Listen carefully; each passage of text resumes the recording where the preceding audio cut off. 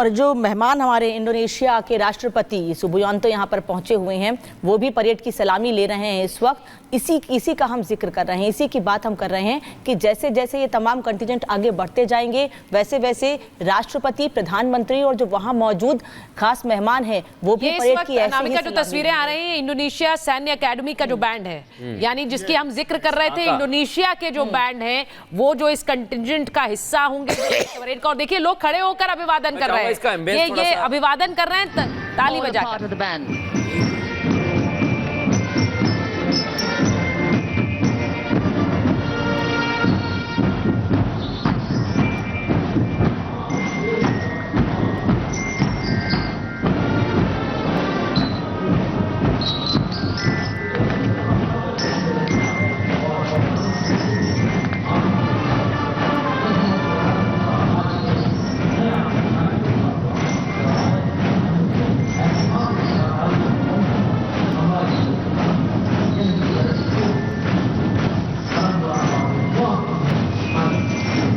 Behind their band, उनका जो culture है वो उसको नहीं भूले वो, और उनकी जो रूट्स हैं भारत के साथ, जहाँ उनका जो पहले रिलीजियस कनेक्टिविटी है उसको आज तक नहीं भूले वो, और वो उसमें प्राइड लेते हैं कि उनका कल्चर क्या था, हालांकि आज के दिन में वो इस्लामिक देश। इस वक्त जो दिखा रहे हैं इंडोनेशियाई राष्ट्रीय सशस्त्र बल, जो कि 152 कर्मियों की ये मार्चिंग टुकड़ी है जो इस वक्त कर्तव्य पथ पर आगे बढ़ रही है। और बड़ा अच्छा लगता है जो सब वहाँ मौजूद थे दर्शक दीर्घा में, उन्होंने खड़े होकर तालियां बजाकर अभिवादन किया इनका। और रोबिंदर जी बहुत एक इंटरेस्टिंग फैक्ट बता रहे थे। रोबिंदर जी मैं चाहती हूँ दर्शकों को बताएं। ये पहली बार जी, ये जो दस्ता है marching band and plus other जो टुकड़ी है आर्मी की, पहली बार इंडोनेशिया किसी दूसरे देश की नेशनल डे परेड में पार्टिसिपेट कर रहा है, तो ये मेजर सिंबॉलिक है। टॉकिंग अबाउट कल्चर, आपके दर्शकों को इनकी करेंसी रुपया है, हमारा रुपए, इनकी भी रुपया है। जो इनकी लैंग्वेज है इंडोनेशिया की, उसको भाषा कहते हैं, भाषा, राइट। इनका जो नेशनल एयरलाइन है गरुड़ एयरलाइन ही, जैसे हमारा अशोक है ना जो हमारा सिंबल, हमारे देश का लाट, वो इनका गरुड़ है। तो ये चीजें हमारी वही विरासत एंड कल्चरल लिंक्स जो इंडिकेट मिलता जुलता है। डिस्पाइट की जैसे बात हो रही है, दुनिया का नंबर 1 लार्जेस्ट मुस्लिम पॉपुलेशन देश है, पर करीब पॉपुलेशन इसकी आई थिंक करीब 38 करोड़, उसमें से करीब 2 करोड़ हिंदू रहते हैं वहाँ पे, नहीं 28 करोड़ है सॉरी पॉपुलेशन, उसमें करीब 2 करोड़ हिंदू है। और जो बाली है, बाली का आइलैंड है, वो करीब 90% हिंदूज है वहाँ पे। और इस वक्त जो कर्तव्य पथ पर आगे बढ़ रहे हैं वो 61 कैवलरी इस वक्त पहले सैन्य टुकड़ी के रूप में जो कर्तव्य पथ की इस परेड में आगे बढ़ते हुए। और इनका देव वाक्य हाँ जी इनके बारे में सबसे बड़ी बात ये है, ये लास्ट कैवलरी चार्ज दुनिया में हुआ है, इन्होंने हैफा में किया था। उनको हैफा को टर्किश फोर्सेस से छुड़ाने के लिए जोधपुर रिसाला, बीकानेर रिसाला और ग्वालियर का ये मिक्स बन गए थे, और मेजर साहब जो थे उनकी मेमोरियल वही बनी हुई है अभी तक। और भीष्म इस वक्त कर्तव्य पथ पर आ गया है, टैंक T90। मैं चाह रही हूँ इसके बारे में जरा आप बताएं कर्नल सिंह। T90 एक बड़ा ट्रेडिशनल हाईटेक वेपन सिस्टम माना जाता है जो कि रशिया से हमने लिया था, और इसकी अब हम मैन्युफैक्चरिंग उनके साथ करने की कोशिश कर रहे हैं। ज़्यादा बड़ी बात यह है कि यस, इसकी जो एबिलिटी है वो अपने आप में माउंटेन्स तक के लिए मॉडिफाई करी जा रही है, जिससे कि लेह लद्दाख में भी इसको डिप्लॉय किया जा सके। हम इसी से रिलेटेड लाइट टैंक्स ढूंढ रहे हैं जो कि complete so called mountainous areas के अंदर काम कर पाए। मेरे ख्याल बहुत काबिल तारीफ होगा, क्योंकि इसके जो एक्यूरेसी ऑन वेपन सिस्टम है वो एग्जेम्पलरी है, जिसके वजह से ये दुनिया का और स्पेशली रशिया का प्राइड वेपन होता था, और आज भी दुनिया में इसे रिकॉग्नाइज किया जाता है। सेनाओं की सर्वोच्च कमांडर भारत के राष्ट्रपति माननीय श्रीमती द्रौपदी मुर्मू को सलामी मंच के सामने सलामी पेश करते हुए एनवी निमिष के बाद इन्फेंट्री कॉम्बैट व्हीकल BM-2 की बारी, जिसे सारथ नाम दिया गया है। नाग मिसाइल सिस्टम भारत की विध्वंसक शक्ति का परिचायक। सारथ मैकेनाइज्ड इन्फेंट्री का आधार है और इस गौरवपूर्ण अवसर पर BM-2 चालक दल लेफ्टिनेंट सौरभ प्रताप सिंह की कमान में मैकेनाइज्ड इन्फेंट्री रेजिमेंट की 6ठी बटालियन का प्रतिनिधित्व कर रहा है। उपस्थित जनसमूह आह्लादित, रोमांचित, देश के राष्ट्रीय पर्व का हिस्सा बनते हुए इस समय सलामी मंच के सामने सारथ गुजरता हुआ। इन्फेंट्री कॉलम कर्तव्य पथ पर भारत की उन्नत सैन्य क्षमताओं को प्रदर्शित करने वाले कॉलम्स में कैप्टन लक्ष्य सिंह के नेतृत्व में all terrain vehicle ATV Chetak और नायब सूबेदार ये वो ट्रेडिशन अभी तक उसका सिंबल यही रहता है कि जब फौज जाती है बैंड साथ होता है बैंड साथ मार्च की मार्चिंग के लिए, बट हौसला अफजाई के लिए बेसिकली होता था। फाइनल चार्ज बैंड भी साथ होता था। अब वो बैंड हटा दिया, ये किया, पर जो बैट्समैन है वो स्ट्रेचर बेयरर बन जाते हैं घायलों को निकालने के लिए। तो ये जो इन्फेंट्री कॉलम है इस वक्त ये मैकेनाइज्ड कॉलम है और जैसा आप कह रहे थे कि इसका नेतृत्व लेडी ऑफिसर कर रही हैं। इसमें सबसे पहली बार हो रहा है कि नंदी घोष जो हमारा mine protected armour personnel carrier है जो तकरीबन 10 लोगों को ले जा पाता है, उसका नेतृत्व पहली बार कर रही है मेजर राधिका सेन। और ये टीवी स्क्रीन पर that is Nandita. She was, ये पहले विकसित किया गया है। शान गर्व से आगे बढ़ते हुए ये जांबाज और उनके उन्नत सामरिक शक्ति के प्रतीक यंत्र सलामी मंच पर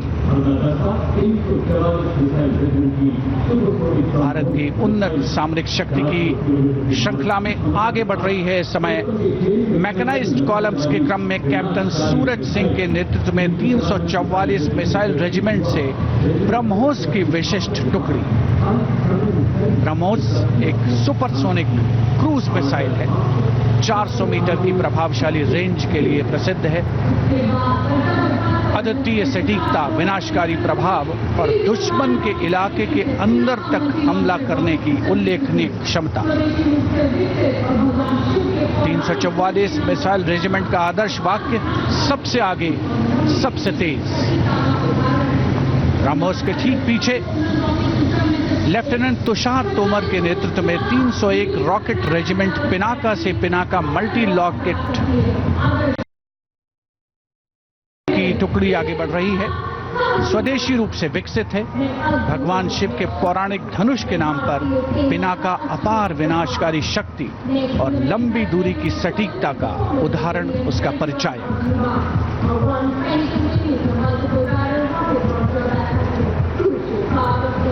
And next, approaching the saluting base, BM-21 Agniban.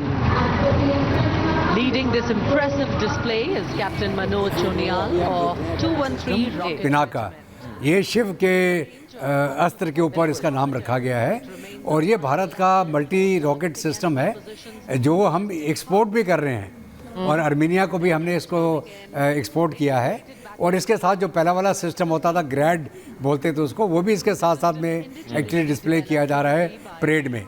Pinaka की खासियत ये है कि इसकी रेंज तकरीबन 75 से 90 किलोमीटर तक है और ये तकरीबन 12 रॉकेट इकट्ठे फायर करता है 54 सेकंड्स के अंदर और इसकी मारक क्षमता बहुत है।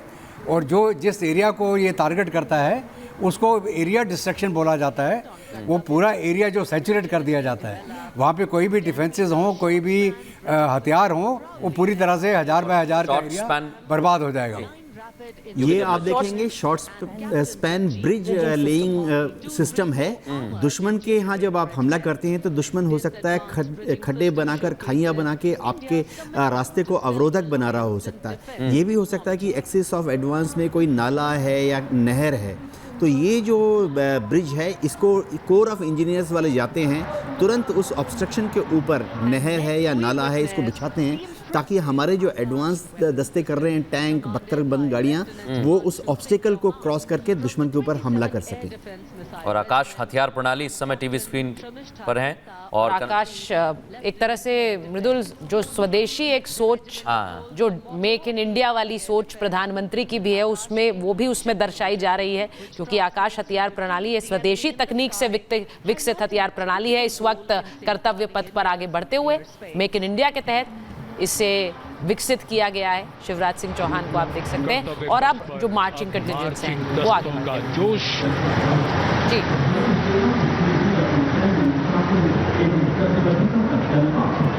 चुस्त कदमों से आगे बढ़ता हुआ ब्रिगेड ऑफ द गार्ड्स का दस्ता।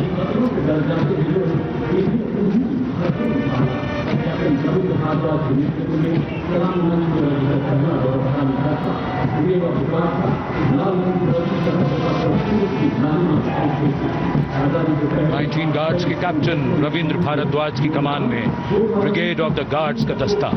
1949 में इसका गठन किया गया। आदर्श वाक्य पहला, हमेशा पहला।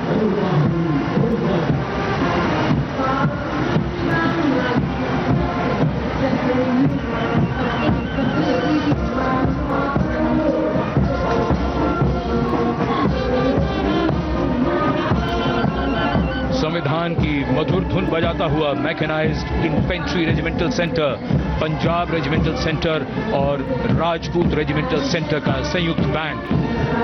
सूबेदार मेजर राजेंद्र सिंह की कमान में 73 संगीतकारों का ये दल। कर्तव्य, अनुशासन और संगीत।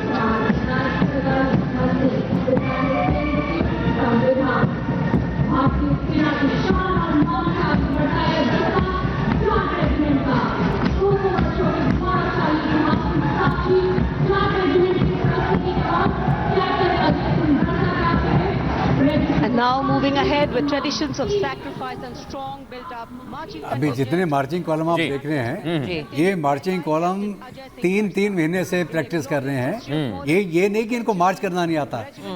इस कॉलम्स के अंदर से बेस्ट मार्चिंग कॉलम का सिलेक्शन किया जाएगा। वो उस कंपटीशन को जीतने के लिए उस जज्बे के साथ वो प्रैक्टिस करते हैं। और उसमें लगातार 3 महीने सुबह 3-4 बजे उठ के लगातार इस पथ के ऊपर वो आके प्रैक्टिस। और इस वक्त जाट रेजिमेंट कर्तव्य पथ पर आगे बढ़ रही है। आदर्श वाक्य संगठन एवं वीरता।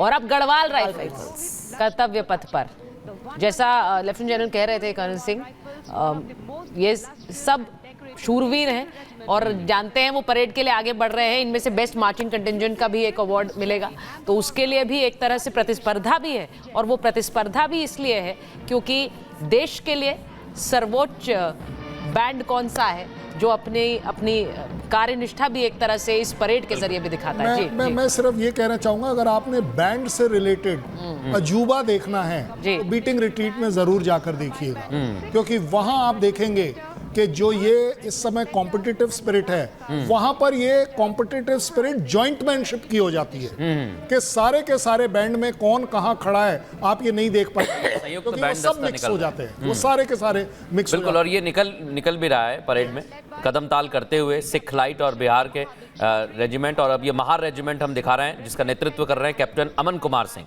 और सबसे बड़ी बात यही है कि ये एक जो टुकड़ियां चल रही हैं, ट्रूप्स चल रही हैं, परेड कर रही हैं, ये वाकई कदम ताल करते हुए, जैसा अभी आपने कहा कि शामिल भी होती हैं, तो बहुत कुछ दिखाती हैं, बहुत कुछ दर्शाती हैं।